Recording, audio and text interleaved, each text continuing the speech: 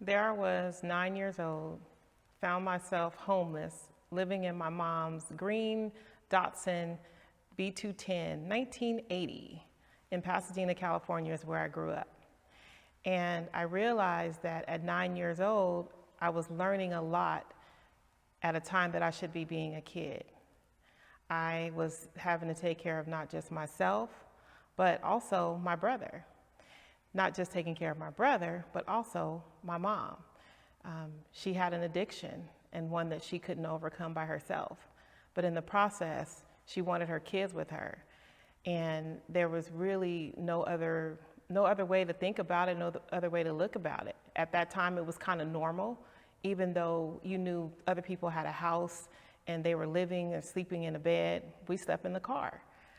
It wasn't until I got older that I realized that I didn't want that life for myself. So I knew that for me, growing up, I had to do what I needed to do to make sure that I never went back to being homeless. Because being homeless as a child, you just felt like everybody was looking at you, or you weren't ever going to be enough, or you didn't deserve to live in a house or sleep in a bed. But those are just the common things that most people get a chance to enjoy. And I wasn't able to enjoy that until later on. And once I was able to enjoy that, you can best believe my thought process was, I'll never go back.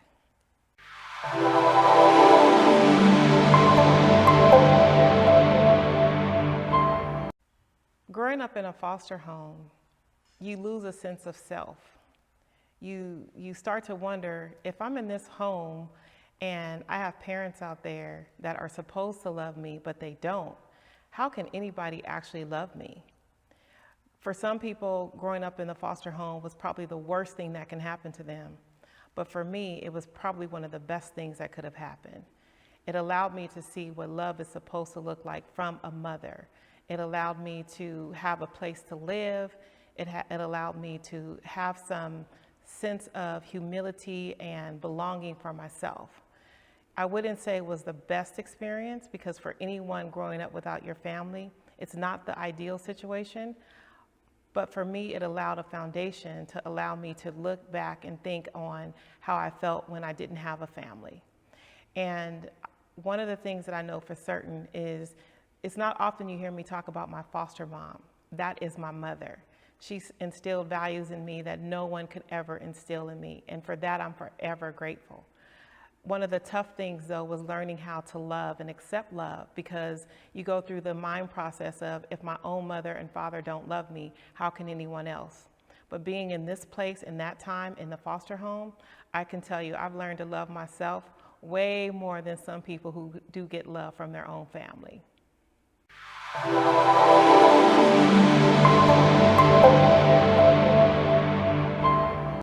And do all these wonderful things with training and encountering people, I realized that if I take a look back on my upbringing, I wasn't trained on how to be a boss. I wasn't really trained on how to manage people. I was barely learning how to manage myself. But there I was in this job that I really, really enjoyed, and they made me a manager.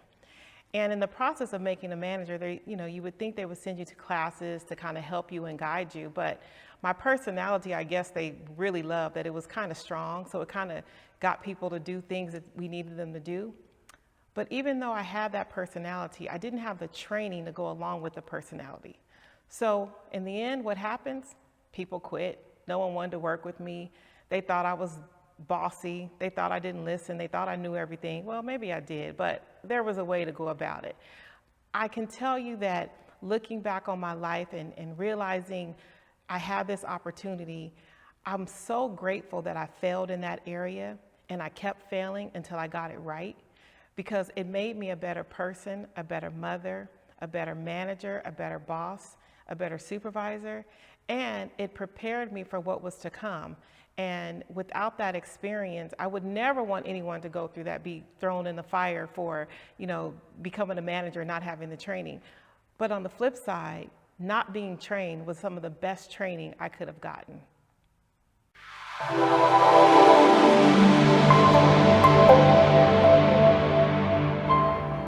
Thank you so much for watching The Making of an Entrepreneur DocuSeries. I just want to take a moment to talk to you. That's right, you that's watching right now. You the mom, or maybe you're the dad, or maybe you're an entrepreneur, or perhaps you're an auntie or uncle, but you're someone out there that has a heart to give, you have a heart to serve, and as you're watching this Making of an Entrepreneur docuseries, you may be thinking to yourself, wait a minute, I've had some life lessons, I've had some setbacks, I've had some experiences, I've gone through some things that have helped me become a better person, and I want to take that and I want to release that to other folks. Okay. Maybe you're a speaker and you're already doing it. Maybe you've written books and you've already done that. Or maybe the story that's inside of you, the expertise that's inside of you, the message inside of you, this is the right platform for you to make a bigger difference and a bigger impact in the world. Now, this whole Making of an Entrepreneur docuseries, if you had to sum it up in just one word, and it's kind of hard to do that, but as I'm talking to you and you're listening right now, you might be saying, Shay, what's the one word? And the one word I would say is just legacy. Legacy. There's a legacy I understand that you want to leave for your family, and I get that. But there's also a legacy of your knowledge. There's a legacy of your expertise. And think about this. You're able to share your message or share your story or share your expertise.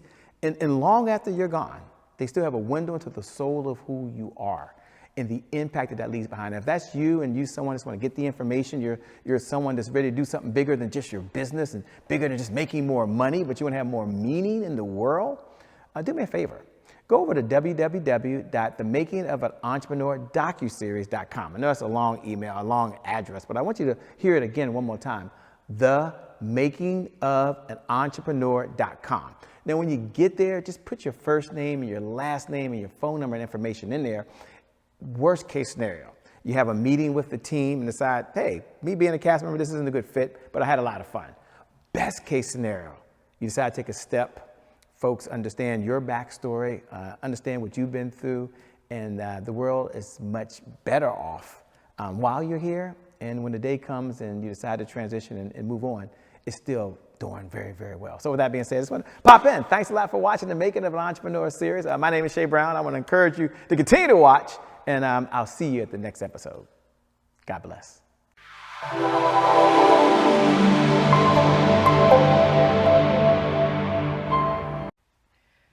You know, growing up in a foster home, college is not always your first option. They remind you that when you turn 18, you got to start looking out, being able to take care of yourself. So for me, college was a choice, but it was not the first option. I did try college. I went to Cal State University, Bakersfield. I did summer bridge program. I went my first semester, and the longer I sat there, the more I needed to walk around. The longer I sat there, the more I realized that this may not just be for me. This may not be the option for me. But I knew that if I wasn't going to continue with schooling, I had to figure it out.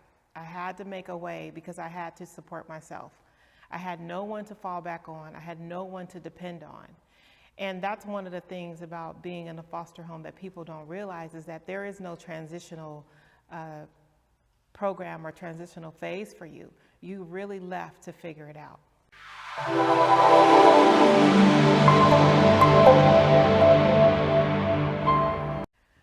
I remember being a store manager for McDonald's and getting ready to actually get my own store. They sent me to Oak Brook, Illinois, to Hamburger University, and I was so excited about it.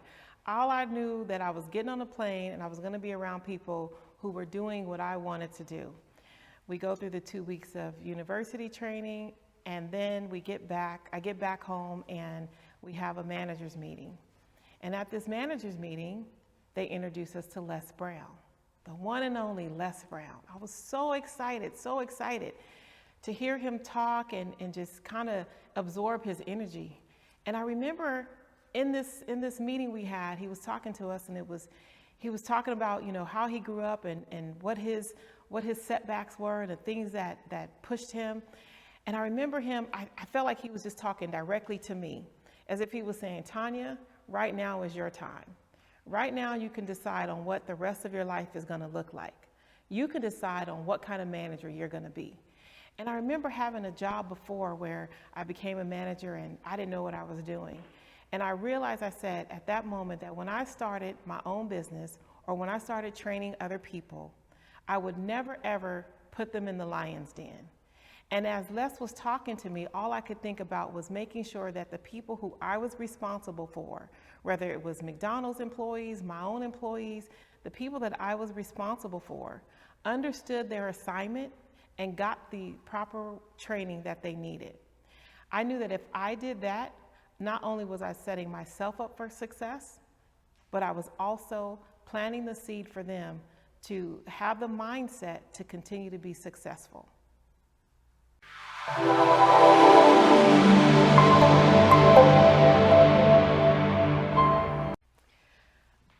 After 16 years in corporate America, I got all the training that I felt like I needed to be ready for the next part of my journey. That next part of my journey would take me to a very unfamiliar place, opening my own business. I knew that there was going to be a point in time where I was going to need some additional help, and I couldn't do it where I was at. So I started from the bottom and worked my way up. I went into a salon, worked in a salon where the lady who did not look like me, but had every ounce of love and compassion for the same business that I was going into. She took me by the hand and showed me everything I that I was going to need to open a successful business. But what she didn't tell me was the fear. She didn't tell me that I was going to be fearful. She didn't tell me that I was going to make mistakes. Even though I knew I was going to make mistakes, she didn't actually say it. She allowed me to grow on my own mistakes. She allowed me to see the things that I needed to improve on. And she also allowed me the freedom to niche down. So that way, when I did open up my own space, I would be ready and I would concentrate on what I needed to concentrate on. I mean, think about it. I was homeless. I was a foster kid. I worked at McDonald's. I didn't have all the confidence. I had no support. And just to think the idea of me owning my own business, well, after training with her and being in her salon for a few years, I walked out, opened up my own space, and after 3 months, I significantly changed the trajectory of my life and my children's life. And that right there allowed me to believe more in myself and allowed me to realize that you can do anything you want to do if you put your mind to it. You got to get away from, what people said you were going to do and who you were going to be. As long as you believe that you can do it, you will. Henry Ford once said, whether you think you can or you think you can't, both of them is right. And I believed in myself enough. And at that moment, when I left her salon and opened up mine and realized that the sky was the limit, there was no turning back.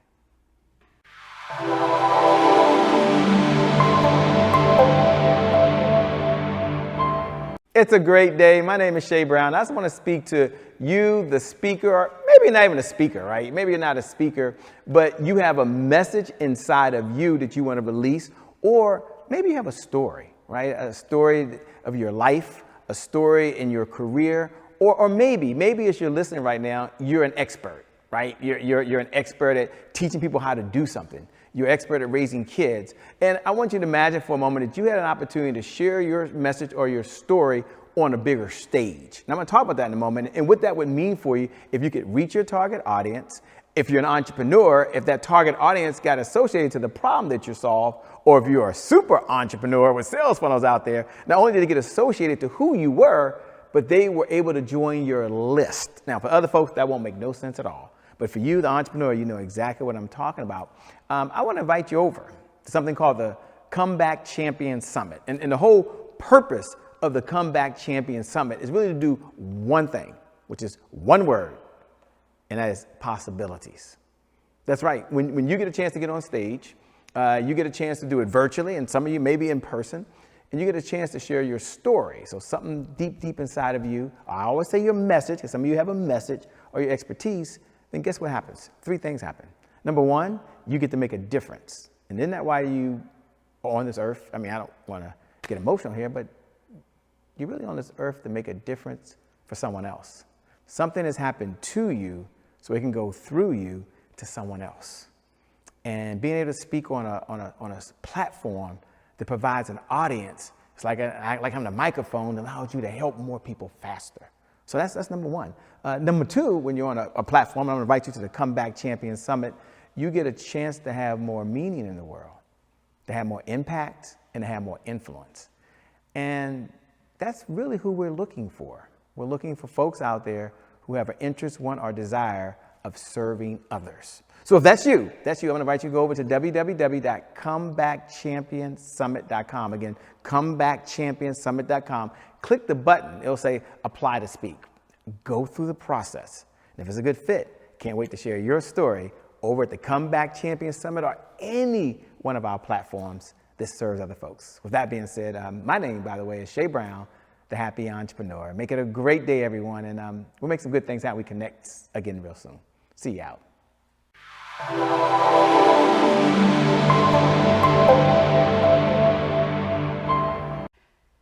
If I could tell my 21-year-old self anything, I would most likely tell them, you could have it all.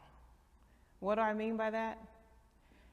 There's 3 things you would have to do in order to believe that you can have it all. The first one, transformational thinking. You got to change your mindset. If you believe you can, you can. I know for me, take a look at me, raised in a foster home, went to college but didn't finish, worked in corporate America, transitioned, opened up my own business, opened up several of my own businesses. And who would have thought a previous foster kid who was homeless and abused could go on to do anything outside of what statistics would have them be? I believed it. I had to change my mindset. And by changing my mindset, I was able to accomplish things that no one thought I would be able to accomplish. That's transformational thinking.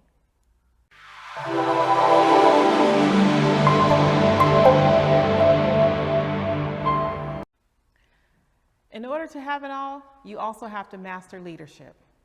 Leadership is one of those primary, fundamental things that you have to be able to understand. There are people who are born leaders, and then there are people who are made leaders. Regardless of which one you are, I realized that for myself, I had to develop my leadership skills.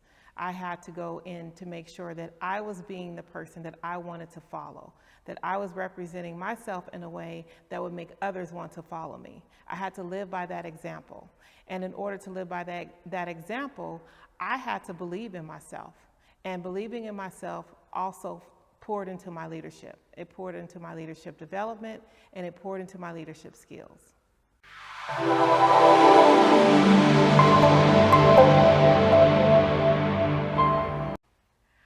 I truly believe that no matter what, you can have it all. You can have it all in business. You can have it all in your personal life. Whichever one you're developing, wherever you are, no matter what your circumstances are now or where you come from. If you believe that you can have it all, you can have it all. Again, like I said, look at me. Who would have thought a previous foster kid, homeless, go on to build several successful 6-figure businesses, mentor over 1,500 women to start their own business. I believe it. I believe that I could have it all, and I believe that I could help you have it all. But in order to do that, you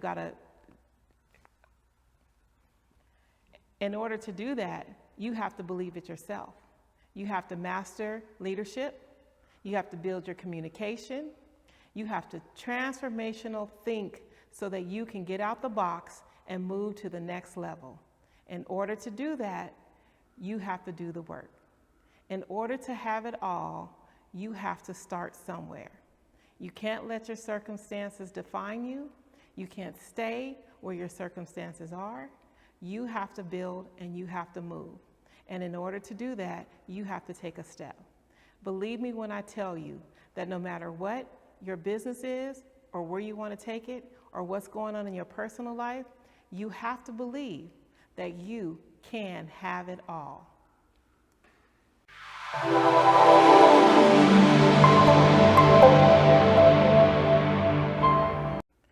One of the reasons companies hire us is because they want us to help them get their staff to a point where everyone is thinking similar and on the same page. They need a mind shift. And in order to get a mind shift, they have to understand what transformational thinking is. People come from all backgrounds, from all ethnicities, from all parts of life, and they bring their own individualism to the table. So in order to get them and get them to understand the company's mission and their purpose and goals, and to almost eat, sleep, and breathe it like the company does, you got to shift the mind a little bit. And you have to allow them to have their own individual process, but have a common goal. So that's what we do. We come in, we help the companies get their staff together in the mind, the transitional phase, and you know what happens? They become more productive. They work as a team. They see that they all have a common goal, even though they all get there at a different place. But at the end, the results are all the same. So, transformational thinking, your staff needs a mind shift, that's what we do.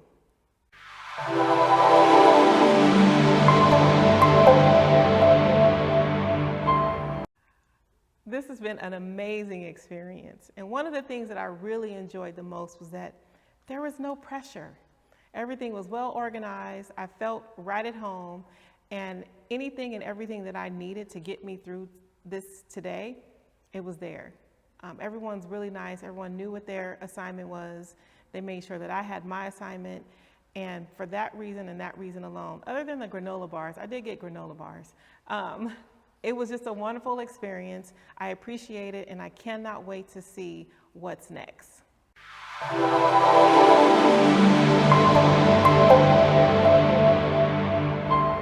It's a great day. My name is Shay Brown, and I just want to talk to all my entrepreneurs out there. And if that's you, like you, the entrepreneur, you, the business owner, you, the speaker, you, the coach, you, the author, you, the network marketer, you, the person that just want to do more good in the world by solving a problem, and you want to be paid, right? And so think about right now, if you had more high qualified paying clients that was like banging at your door, how would your life be different?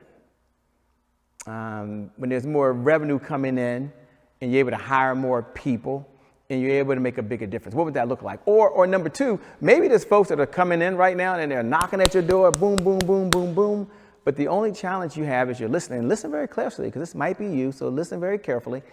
They're not converting fast enough, which means they're talking, they like you, there's conversation going on, but they're not converting. So there's two challenges, right? Number one, I need to attract my ideal client to me who can pay me. And number two, once they get in here, I need to have a system, a sales model, or a process so they convert faster. That means they pay you and then they come back. And if you're listening right now, you're saying, Shay, I want to be able to do that, but I don't want my labor involved. I don't want to work any harder. Shay, I'm at a place right now where I'm ready to reach more people. I'm on a mission, Shay, and I want you to listen very carefully. You were called to serve a group of folks out there, and you can't serve them right now because you don't have the revenue to purchase the resources that are necessary to execute that big vision. If that's you, as you're listening, any of that resonates with you, I'm going to give you a website, which is Easy Sales Hub. Again, EasySalesHub.com. Let me just spell it. I know you can see it below, but it's EASY, sales, SALES, hub.com. Now, the reason you want to go over to EasySalesHub.com is that that's the place you can come to, and you can do two things. One, we'll do a sales audit. So we'll take a look at your sales process, your sales funnels, and we'll see how those are converting. Number two, you can have the tools and resources you need to be able to generate more revenue with less effort so you can serve more folks. So with that being said, as you're watching, go over to www.easysaleshub.com. My name is Shay Brown. Make it a great day, everyone, and we'll make some good things happen. We connect again next time. God bless.